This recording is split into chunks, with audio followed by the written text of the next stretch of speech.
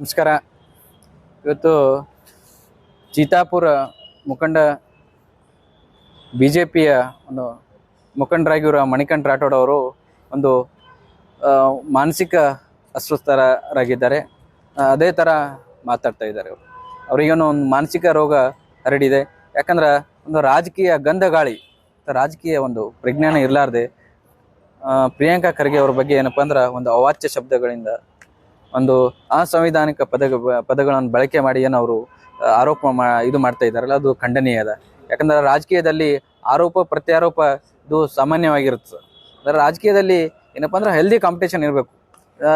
ಒಂದು ಸಾರ್ವಜನಿಕವಾಗಿ ಹಿತಾಸಕ್ತಿಯ ಒಂದು ಪೂರಕವಾಗಿರಬೇಕು ಯಾವುದೇ ಒಂದು ಆರೋಪ ಮಾಡಿದ್ರೆ. ಅದರ ಮಣಿಕಂಠ ರಾಠೋಡ್ ಅವರು ಏನಪ್ಪ ಅಂದ್ರೆ ಒಂದು ಪ್ರಿಯಾಂಕಾ ಖರ್ಗೆ ಅವರಿಗೆ ಒಂದು ವ್ಯಕ್ತಿಗತ, ಬಹಳ ವ್ಯಕ್ತಿಗತ ಹಾಗೂ ಒಂದು ವೈಯಕ್ತಿಕ ಟೀಕೆ ಮಾಡುವ ಮುಖಾಂತರ ಅಂದ್ರೆ ಸಮಾಜದಲ್ಲಿ ಒಂದು ಕಲಹ ಸೃಷ್ಟಿ ಮಾಡಕ್ಕೆ ಏನಪ್ಪಾ ಅಂದ್ರೆ ಪ್ರಯತ್ನ ಮಾಡ್ತಾ ಇದ್ದಾರೆ.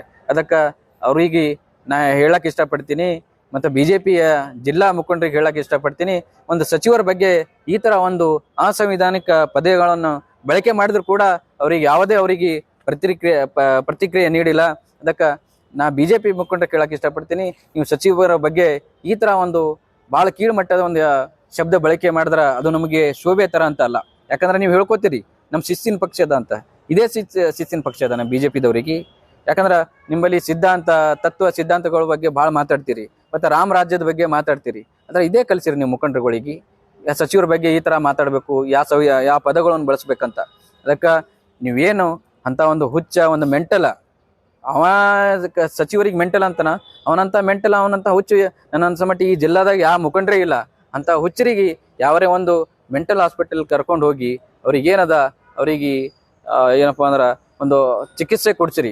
ಅವನದೇನಪ್ಪ ಅಂದ್ರೆ ಮಾನಸಿಕ ಅಸ್ವಸ್ಥ ಆಗ್ಯಾನ ಏನಿಲ್ಲ ಅಂತ ಒಂದು ಚಿಕಿತ್ಸೆ ಕೊಡಿಸಿ ಅವರಿಗೆ ಸರಿಪಡಿಸ್ರಿ ಅಂತ ನಾ ಅವ್ರಿಗೆ ಹೇಳಕ್ ಇಷ್ಟಪಡ್ತೀನಿ. ಮತ್ತು ಪ್ರಿಯಾಂಕಾ ಖರ್ಗೆ ಅವ್ರ ಬಗ್ಗೆ ನೀವು ಮಾತಾಡೋಂಥ ಯೋಗ್ಯತೆ ಇಲ್ಲಿ ಯಾವ ಜಿಲ್ಲಾ ಲೀಡರ್ಗಳು ಇಲ್ಲ. ಯಾಕಂದ್ರೆ ಅವರು ಸಚಿವರಾದಾಗ, ಟೂರಿಸಂ ಮಿನಿಸ್ಟರ್ ಆದಾಗ ಹಾಗೂ IT-BT ಮಿನಿಸ್ಟರ್ ಆದಾಗ ಕೇಂದ್ರ ಸರ್ಕಾರ ಅವರಿಗೆ ಒಳ್ಳೆ ಟೂರಿಸಂ ಮಿನಿಸ್ಟರ್, ಒಳ್ಳೆ IT-BT ಮಿನಿಸ್ಟರ್ ಅಂತ ಒಳ್ಳೆ ಅವಾರ್ಡ್ ಕೊಟ್ಟಿದ್ದಾರೆ. ಅವರು ಅಂತ ಸಚಿವರ ಬಗ್ಗೆ ನೀವು ಮಾತಾಡಕ ಯಾವ ಲೀಡರ್ಗಳ ಬಳಿ ಯೋಗ್ಯತೆ ಇಲ್ಲ. ಮತ್ತು ಯಾವುದೇ ಆರೋಪ ಮಾಡಿದ್ರೆ ಮಾಡ್ರಿ, ನಮ್ಮ ಸಚಿವರ ಒಂದು ಓಪನ್ ಸ್ಟೇಜ್ ರೆಡಿ ಮಾಡ್ರಿ, ನಮ್ಮ ಸಚಿವರು ಬಂದು ಅದಕ್ಕೆಲ್ಲ ಸರ್ಕಾರದ ಬಗ್ಗೆ ಇರಲಿ, ಆರೋಪದ ಬಗ್ಗೆ ಇರಲಿ, ಅವರು ನಿಂತು ನಿಮ್ಗೆ ಅವರು ಉತ್ತರ ಕೊಡಕ ರೆಡಿ ಆಗಿದ್ದಾರೆ.